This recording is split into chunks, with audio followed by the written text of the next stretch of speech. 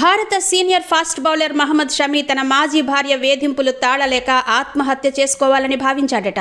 2018 అతడి భార్య హసీన్ జహాన్ పెట్టిన గృహహింస కేసు, అలానే ఆమె చేసిన ఫిక్సింగ్ ఆరోపణలు అతని కెరీర్ని కుదిపేశాయి.